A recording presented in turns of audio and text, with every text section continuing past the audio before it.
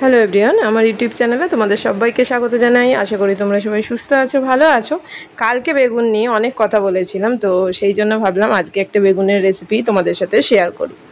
তো দেখো, যদি বেগুনের একই রেসিপি খেতে বোর হয়ে যাও, তাহলে আজকে কিন্তু এই রেসিপিটা বানিয়ে নিতে পারো। এটা একদম কুইক অ্যান্ড ইজি একটা রেসিপি, খুব সহজেই হয়ে যায়।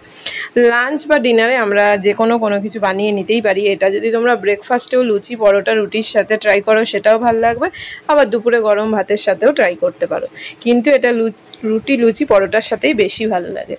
তো যাই হোক, এটা কিন্তু লঙ্কাটা যদি বাদ দিয়ে দাও, বাচ্চাদের টিফিনেও কিন্তু এটা দেয়া যেতেই পারে। লঙ্কাটা শুধু স্কিপ করে দেবে, তাহলে কিন্তু এটা বাচ্চারাও রুটি বা লুচি বা পরোটার সাথে এটা অতি সহজেই খেতে পারবে। তো দেখো, এই রেসিপিটা করার জন্য এখানে আমি বেগুন নিয়েছি। এরকম দুটো বেগুন নেব। প্রথমে এই বেগুনটা কাট করে নেওয়ার পর আর একটা বেগুনের আমি পুরোটা দেবো না, তোমরা যতটা পরিমাণ করবে সে ততটাই বেগুন নিয়ে এইভাবে গোল গোল করে কাট করে নেবে। তো আমি বেগুনগুলো ভালো করে ধুয়ে নিয়েছি, নিয়ে কাট করে নিচ্ছি। তাও আর একবার পরে আমি ধুয়ে নেব। তো যাই হোক, এইভাবে গোল করে দেখো এগুলো কাট করে নেওয়ার পর এগুলো আর একবার আমি ভালো করে ধুয়ে নিয়ে, এটাতে কিন্তু কোনো রকম হলুদ লঙ্কার গুঁড়ো মাখাবো না, এটাতে জাস্ট নুন মাখাবো। একটুখানি নুন মাখিয়ে এটাকে সাইডে রেখে দেবে। তার আগে আমরা একটা কিন্তু গুঁড়ো মশলা রেডি করব। সেটাতে কিচ্ছুই না, একদম ঘরে থাকা উপকরণ দিয়ে গোটা জিরে আর শুকনো লঙ্কা লাগবে, আর কিছু না। আমি এখানে 3টে মতো শুকনো লঙ্কা, দেখো কোনো রকম তেল লাগবে না, শুকনো খোলায় এটা ভেজে নেব। 3টে শুকনো লঙ্কা নিয়েছি, তোমরা কিন্তু আর ঝালটা অবশ্যই বুঝে দিও। আর এখানে 1 চামচ মতো গোটা জিরে দিলাম, দিয়ে এটাকে ভালো করে নেড়ে চেড়ে নেব। এটা যেন পুড়ে না যায়, কিন্তু দেখবে শুকনো লঙ্কা জিরে যখন ভাজা হয় একটা খুব সুন্দর গন্ধ বেরোয়। সেই গন্ধটা বেরোলে তোমরা তো বুঝতেই পারবে একটু লাল লাল হয়ে যাবে। দিয়ে এটাকে নেড়ে আমি মিক্সিং বোলের মধ্যেই এটা একটু গুঁড়ো করে নেব। তোমরা যদি কেউ মনে করো যে শিলনোড়ায় গুঁড়ো করবে, সেটাও করতে পারো। তো দেখো, এটা হয়ে গেছে। এবার আমি মিক্সিং বোলের মধ্যে এটা নামিয়ে নিয়ে এটা জাস্ট একটা ড্রাই রোস্ট করে নেব। তো রেডি করে নেব এইভাবে এই মশলাটা আগে। তো এটা করে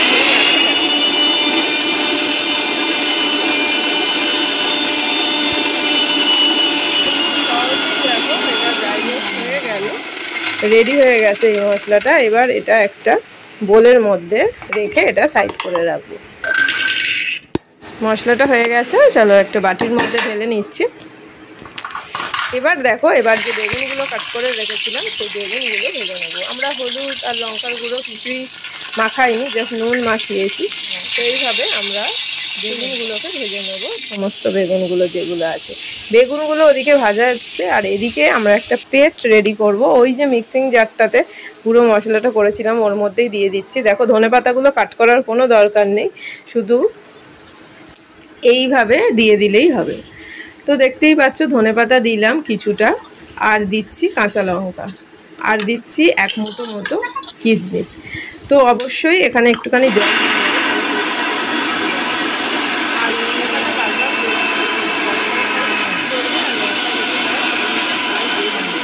দিয়ে দেবে। তো দেখো, অতি সহজেই অল্প একটু জল দেওয়াতে কিশমিশও আমাদের আগে থেকে ভিজিয়ে রাখতে হয়নি, ফাইন একটা পেস্ট দেখো রেডি হয়ে গেছে। এবার এদিকে বেগুনগুলো ভাজা হচ্ছে। বেগুনগুলো আমার অলরেডি দেখো ভাজা হয়ে এসছে, যেগুলো দিয়েছিলাম এইভাবে আমি সমস্ত বেগুনগুলো কিন্তু ভেজে নেব। তো বেগুনগুলো ভেজে নিয়েছি। এবার দেখো, কড়াতেই যে তেলটা ছিল, তেলের মধ্যে যে পেস্টটা রেডি করেছিলাম সেই পেস্টটা কিন্তু আমি ঢেলে দিলাম, দিয়ে এটাকে নাড়াচাড়া করবো।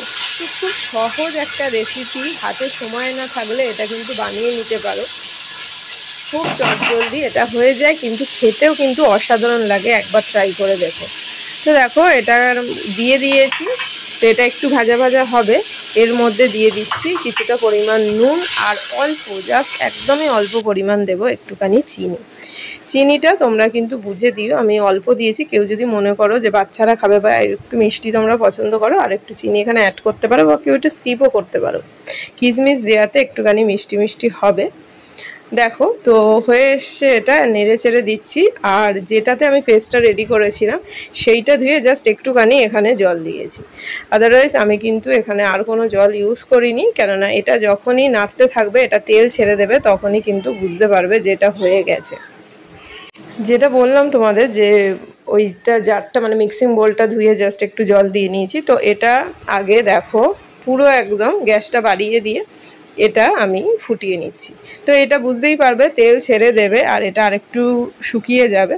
তো আমাদের রেডি হয়ে গেছে এই পেস্টটা। আর এদিকে দেখো বেগুন ভাজাগুলো আমি ভেজে নিয়েছি, ভেজে আমি থালার মধ্যে দেখো তুলে নিয়েছি। এবার যেটা আমি রেডি করলাম এগুলো দিয়ে কোনো কষানোর কিন্তু দরকার নেই, এরকমই দেখো থালার মধ্যে তোলা আছে। এবার যেটা আমরা রেডি করেছি সেটা কিন্তু এর ওপরে জাস্ট দিয়ে দেবো, যে বেগুনগুলো আছে বেগুনগুলোর ওপরে দিয়ে দেবো। তোমাদেরকে দেখাচ্ছি আমি এইভাবে কিন্তু প্রসেসিংটা হবে। তো দেখতেই পেলে কত সহজ একটা। আর ওই গুঁড়ো মশলাটাও কিন্তু আমরা ব্যবহার করব, সেটাও ভিডিওটা স্কিপ না করে দেখতে থাকো, তাহলে পুরো প্রসেসিংটা বুঝতে পারবে। দেখো বেগুনগুলো তো ভেজে রেখেছি। এবার এইটা যেটা রেডি হয়ে গেছে এটা কিন্তু আমরা বেগুনের ওপর, তোমরা চামচ নিতে পারো বা হাতার সাহায্যে কিন্তু এগুলো বেগুনের ওপরে ঢেলে দেবে।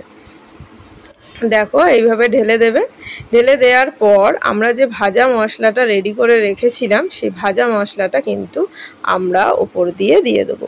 ধনেপাতাটা যখন পেস্ট করবে অবশ্যই কিন্তু একটু ধনেপাতা রেখে দেবে, আমরা সাজানোতে সেটা কিন্তু কাজে লাগবে।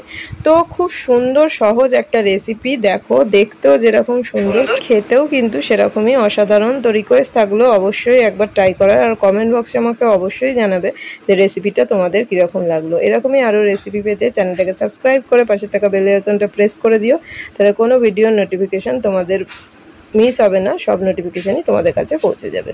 তো ভিডিওটা ভালো লাগলে অবশ্যই চ্যানেলটাকে সাবস্ক্রাইব করে লাইক কমেন্ট শেয়ার করো। Thanks for watching. তো সবাই ভিডিওটা দেখতে থাকো শেষ অবধি। টাটা।